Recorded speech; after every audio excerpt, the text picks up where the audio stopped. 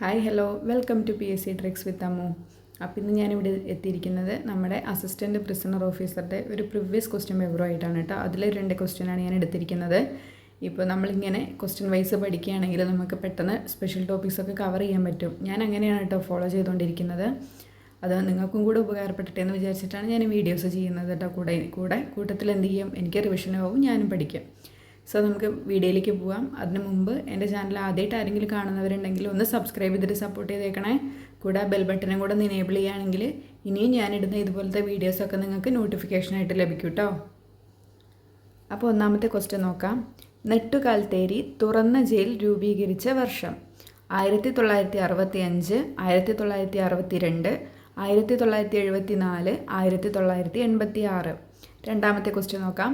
കേരള സംസ്ഥാനത്തെ ഏക വനിതാ തുറന്ന ജയിൽ സ്ഥിതി ചെയ്യുന്ന ജില്ല കാസർഗോഡ്, തൃശ്ശൂർ, എറണാകുളം, തിരുവനന്തപുരം. അപ്പോൾ നമുക്കിതിൻ്റെയൊക്കെ ഡീറ്റെയിൽ ആയിട്ട് എന്താണ് തുറന്ന ജയിൽ, എവിടെയാണ് വനിതാ തുറന്ന ജയിലൊക്കെ സ്ഥിതി ചെയ്യുന്നത് നമുക്കുള്ള ഡീറ്റെയിൽ എക്സ്പ്ലനേഷനിലേക്ക് പോവാം. എന്താണ് open prisons and correctional homes എന്ന് പറയുന്നത്? കുറഞ്ഞ സുരക്ഷാ സംവിധാനങ്ങളോടെ പ്രവർത്തിക്കുന്ന മതിൽക്കെട്ടുകളില്ലാത്ത ജയിലുകളാണ് എന്തെന്ന് പറയുന്നത്? തുറന്ന ജയിലുകൾ എന്ന് പറയുന്നത് കേട്ടോ. കുറഞ്ഞ സുരക്ഷാ സംവിധാനങ്ങളോടെ പ്രവർത്തിക്കുന്ന മതിൽക്കെട്ടുകളില്ലാത്ത ജയിലുകളാണ് ഓപ്പൺ പ്രിസൺ ആൻഡ് കറക്ഷണൽ ഹോമുകൾ എന്ന് പറയുന്നത്. ആത്മനിയന്ത്രണവും സാമൂഹിക ഉത്തരവാദിത്വവുമുള്ള നല്ല പെരുമാറ്റമുള്ള ശിക്ഷാ തടവുകാരെയാണ് ഇത്തരം ജയിലുകളിൽ പ്രവേശിപ്പിക്കുന്നതിന് വേണ്ടിയിട്ട് തിരഞ്ഞെടുക്കുന്നത്. അപ്പോൾ എന്താണ് ഈ ഓപ്പൺ പ്രിസണിൽ എന്താണ്, അവിടെ മതിൽക്കെട്ടുകളൊന്നുമില്ല, പിന്നെന്താണ് വളരെ കുറഞ്ഞിട്ടുള്ള സുരക്ഷാ സംവിധാനങ്ങളൊക്കെയാണ് ഉള്ളത്. അവിടുത്തെ തടവുകാരെ എങ്ങനെയാണ്, വളരെ ആത്മനിയന്ത്രണമുള്ളവരും പിന്നെ സാമൂഹിക ഉത്തരവാദിത്വമുള്ളവരും നല്ല പെരുമാറ്റ രീതികളും ഉള്ളവരൊക്കെ ആയിരിക്കും കേട്ടോ. അങ്ങനെയുള്ളവരെയാണ് എന്താണ് ഓപ്പൺ പ്രിസൺസ് ആൻഡ് കറക്ഷണൽ ഹോംസിലേക്ക് തിരഞ്ഞെടുക്കുന്നത്. സംസ്ഥാനത്ത് പുരുഷന്മാർക്കായിട്ടുള്ള 2 ഓപ്പൺ പ്രിസൺ ആൻഡ് കറക്ഷണൽ ഹോമുകളിൽ ഒന്ന് തിരുവനന്തപുരം ജില്ലയിലെ നെട്ടുകാൽത്തേരിയിലും മറ്റൊന്ന് കാസർഗോഡ് ജില്ലയിലെ ചീമേനിയിലുമാണ്. അപ്പോൾ സംസ്ഥാനത്ത് പുരുഷന്മാർക്കായിട്ടുള്ള ഓപ്പൺ പ്രിസൺ എത്രണ്ണമുണ്ട്? 2 എണ്ണമാണുള്ളത്. ഒന്ന് എവിടെയാണ്? തിരുവനന്തപുരം ജില്ലയിലെ നെട്ടുകാൽത്തേരിയിലും മറ്റൊന്ന് എവിടെയാണ്? കാസർഗോഡ് ജില്ലയിലെ ചീമേനിയിലുമാണ് ഉള്ളത് കേട്ടോ. ഇമ്പോർട്ടൻ്റ് ആണ്, ഓർത്തിരിക്കണേ. പിന്നെ നോക്കൂ, സ്ത്രീകൾക്കായിട്ടുള്ള ഏക open prison and correctional home Thiruvananthapuram ജില്ലയിലെ പൂജപ്പുരയിലും സ്ഥിതി ചെയ്യുന്നു. ഇതല്ലേ ഇപ്പോൾ നമ്മുടെ ക്വസ്റ്റ്യൻ വന്നത് അല്ലേ? സ്ത്രീകൾക്കായിട്ടുള്ള ഏക ഓപ്പൺ പ്രിസൺ ആൻഡ് കറക്ഷണൽ ഹോമുകൾ എവിടെയാണ്? തിരുവനന്തപുരം ജില്ലയിലെ പൂജപ്പുരയിലാണ് സ്ഥിതി ചെയ്യുന്നത്. അപ്പോൾ നോക്കൂ, കേരളത്തിലെ ഓപ്പൺ പ്രിസൺ ആൻഡ് കറക്ഷണൽ ഹോമുകളുടെ എണ്ണം എത്രയാണ്? 3 എണ്ണം. ഇങ്ങനെ തന്നെ വേറൊരു ക്വസ്റ്റ്യൻ പേപ്പറിൽ ഞാൻ ക്വസ്റ്റ്യൻ കണ്ടിട്ടുണ്ട് കേട്ടോ. കേരളത്തിലെ ഓപ്പൺ ആൻഡ് പ്രിസൺ കറക്ഷണൽ ഹോമുകളുടെ എണ്ണം എത്രയാണെന്ന് ചോദിച്ചിട്ട് എത്രയാണ്? 3 എണ്ണമാണ് കേട്ടോ. അത് ഏതൊക്കെയാണെന്ന് നോക്കാം. ഇപ്പോൾ പറഞ്ഞത് തന്നെയാണ്. ഏതാണ്? Open prison and correctional home Nettukaltheri, Thiruvananthapuram. അതെവിടെയാണ്? എന്നാണ്? 1962 ഓഗസ്റ്റ് 8-നാണ് സ്ഥാപിച്ചത് കേട്ടോ. എപ്പോഴാണ്? 1902 ഓഗസ്റ്റ് 8-ന്. 1962 ഓഗസ്റ്റ് 8-ന് കേട്ടോ. എവിടെയുള്ളതാണ്? നെട്ടുകാൽത്തേരി, തിരുവനന്തപുരത്തുള്ളത്. ഇനി നോക്കൂ, open prison and correctional home Cheemeni, Kasaragod. അതെന്നാണ്? 2007-ലാണ് പ്രവർത്തനം ആരംഭിച്ചത് കേട്ടോ. 2007-ലാണ് Kasaragod Cheemeni open prison and correctional home പ്രവർത്തനം ആരംഭിച്ചത്. ഇനി നോക്കൂ, woman open prison and correctional home Poojappura. അപ്പോൾ നമ്മൾ പറഞ്ഞല്ലോ അല്ലേ, സ്ത്രീകൾക്ക് വേണ്ടിയിട്ടുള്ള ഏക open prison and correctional home എവിടെയാണ്? പൂജപ്പുര.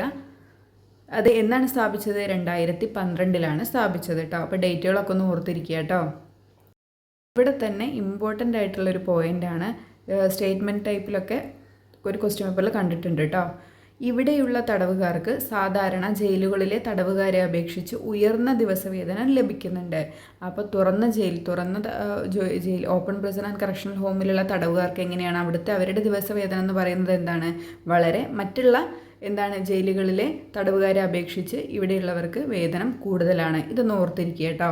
ദിവസവേതനം കൂടുതലുള്ള എവിടെയാണ്? ഓപ്പൺ പ്രിസൺ ആൻഡ് കറക്ഷണൽ ഹോമിലാണ് ദിവസവേതനം കൂടുതലുള്ളത് കേട്ടോ. അപ്പം നമുക്കൊന്നും കൂടെ നോക്കാം. നമ്മുടെ 2 പുരുഷന്മാർക്കായിട്ടുള്ള 2 ഓപ്പൺ പ്രിസൺ ആൻഡ് കറക്ഷണൽ ഹോമുകളാണുള്ളത്. ഒന്ന് തിരുവനന്തപുരം നെട്ടുകാൽത്തേരിയിലും മറ്റൊന്ന് കാസർഗോഡ് ജില്ലയിലെ ചീമേനിയിലുമുള്ളത്. സ്ത്രീകൾക്കായിട്ടുള്ളതോ ഏക prison and correctional home Thiruvananthapuram ജില്ലയിലെ പൂജപ്പുരയിലുമാണ് സ്ഥിതി ചെയ്യുന്നത്. പിന്നെന്താണ്? കേരളത്തിലാകെ എത്ര ഓപ്പൺ പ്രിസൺ ആൻഡ് കറക്ഷണൽ ഹോമുകളുണ്ട്? 3 എണ്ണമാണുള്ളത്. ഈ 3 എണ്ണത്തിൻ്റെ ഡേറ്റും സ്ഥലമൊക്കെ ഒന്ന് ഓർത്തിരിക്കുക കേട്ടോ. Open prison and correctional home Nettukaltheri എവിടെയാണ് വന്നത്, എന്നാണ് സ്ഥാപിച്ചത്? 1962 ഓഗസ്റ്റ് 8-നാണ് സ്ഥാപിച്ചത് കേട്ടോ. പിന്നെ ചീമേനി കാസർഗോഡുള്ളതാണെങ്കിൽ 2007-ലാണ് പ്രവർത്തനം ആരംഭിച്ചത്.